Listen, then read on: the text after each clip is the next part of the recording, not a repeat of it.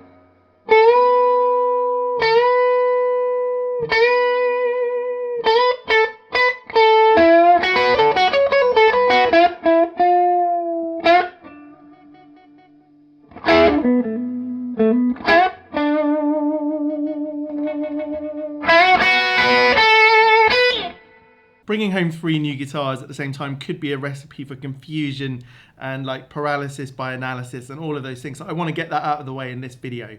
So when I first got home and opened up, you know, the cases and then ordered the 3rd guitar and waited for that to arrive, after all of that excitement and the anticipation and the huge amount of like emotion and everything that goes into it, I really wanted to sit there and make sure I'd made the right decisions. You know, it's so easy in the shop to get overexcited. Now, I didn't feel like I had made the wrong decisions, but I needed to play each guitar for a while and see what came out and see how it fitted in.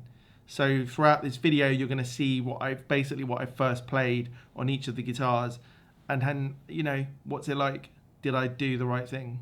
Now, I promise you, especially to new viewers, and thank you for following along with my recent series at Peach Guitars, I promise to you new viewers, I don't often try and play Jimi Hendrix stuff because, you know, it's deceptively difficult. But when I got this SG home, I had to try the beginning of Red House, you know, just like off the top of my head, but I love that.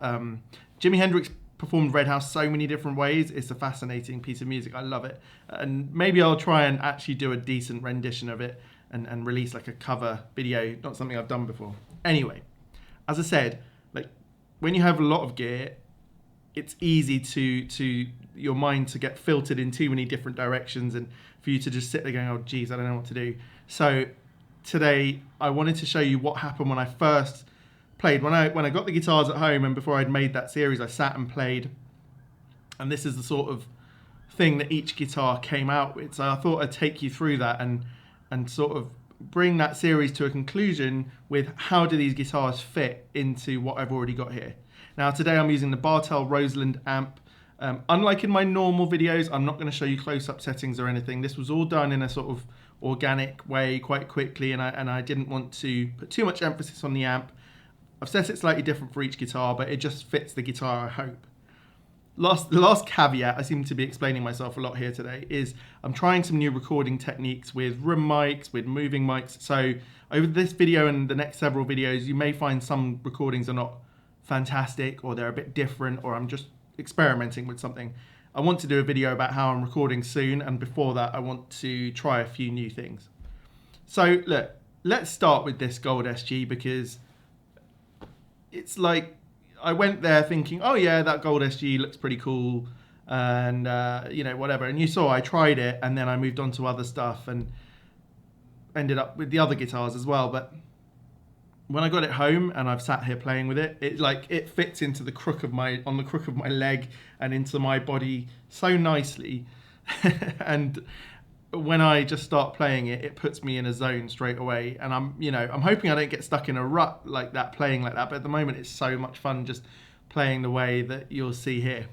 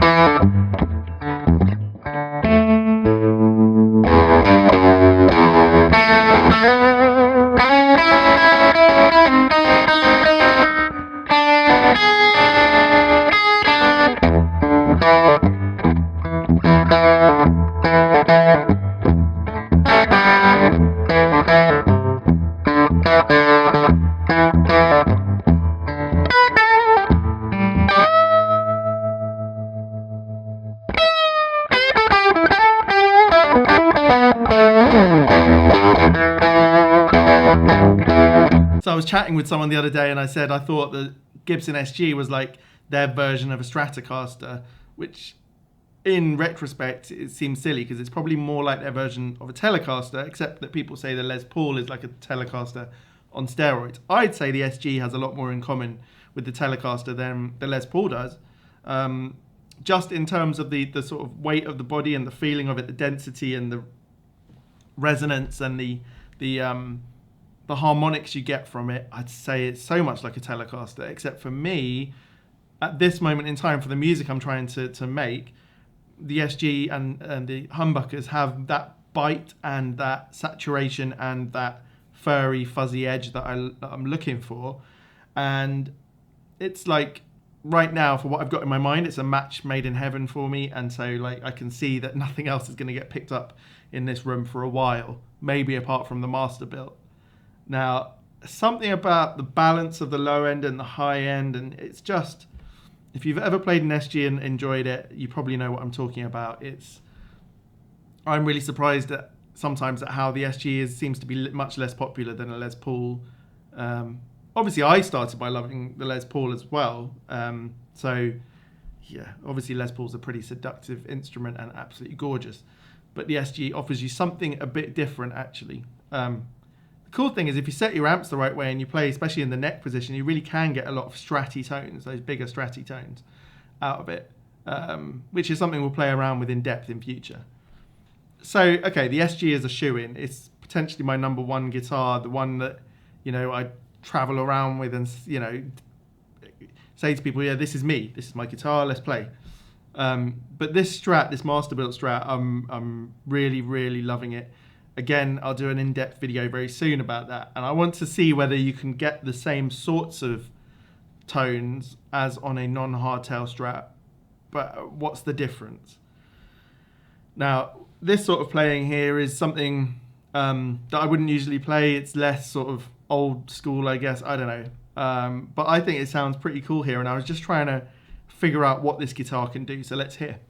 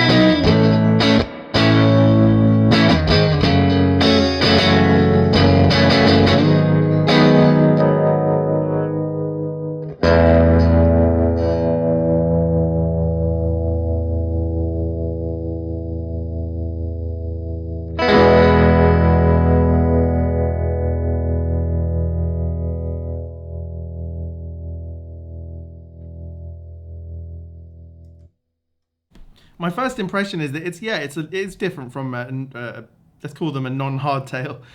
It's more direct sounding slightly, but it still has the main Strat characteristics.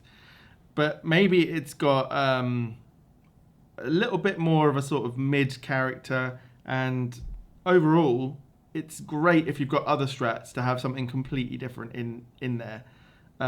I think this guitar could suit so many different sorts of music, obviously with that humbucker as well. Now, I don't want to fixate too much on that humbucker in general, because on any Strat, I don't play in the bridge position very often. I'm certainly not looking to use that humbucker for any sort of like overly overdriven power chords or anything like that. That's not what I do. So it'll be interesting to see how I sort of bring that into my playing in a different way. But the neck pickup on this thing, oh my God, it's to die for. So far, I've plugged it into a few different amps and it just sounds humongous. And considering I spend 98% of my time on a Strat in the neck pickup, I'm really, really happy about that. So yeah, this Strat just fits right in. And I've been having interesting debates with people about Masterbuilt and non-Masterbuilt and all of that. I'm going to have to make a video just with my opinion and get it out there. Just, it's just one of those interesting debates that seems to fire people up quite a lot. So yeah, I'd say this SG and this Strat were the finds of the trip for me, but this Les Paul is a stunner. It's going to take me longer to get used to this Les Paul, as it did with my R9. It's a complicated instrument, I think, because actually, if you think about it, the Les Paul has some drawbacks for at-home playing and all of that sort of stuff because of its low end. It really is quite big, that low end, especially if you want your amps up loud. So tweaking your amps correctly for a Les Paul is harder than for the other guitars.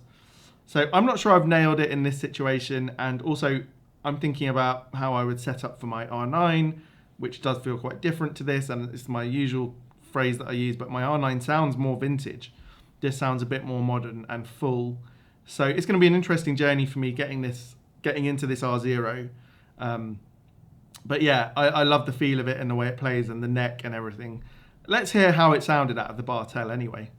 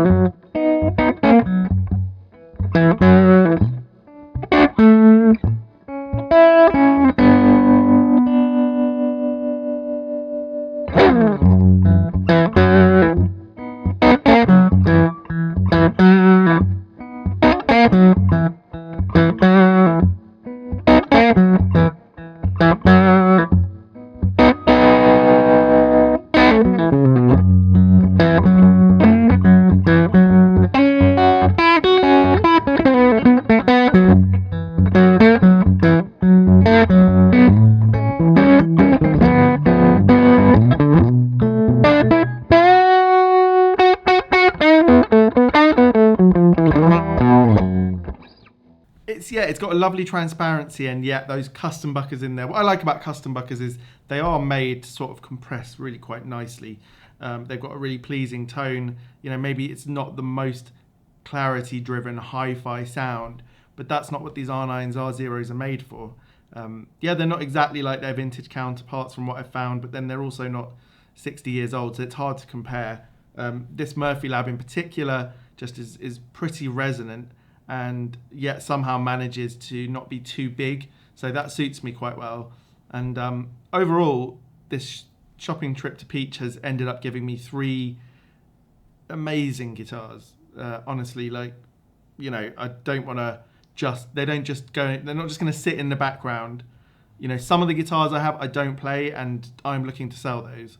I just sold my Paul Reed Smith DGT yesterday, and I might be selling 1 or 2 others. It's not just to free up capital, although it can be, because obviously I want to try other things. I want to try some other amps and everything like that. That's all part of the fun.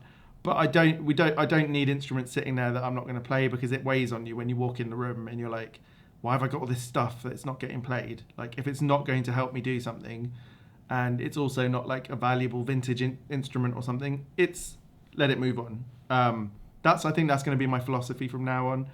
And I've worked out, here's one thing: if someone, recently, because of my channel's growing a little bit and people are starting to get in contact with me, if someone offers you money for something and your immediate thought is, oh yeah, gonna get some money in to buy something else, then you know that guitar is good to sell. Go ahead. I've had other occasions someone's offered me something and I thought, oh, hang on a minute, I can't be parting with that.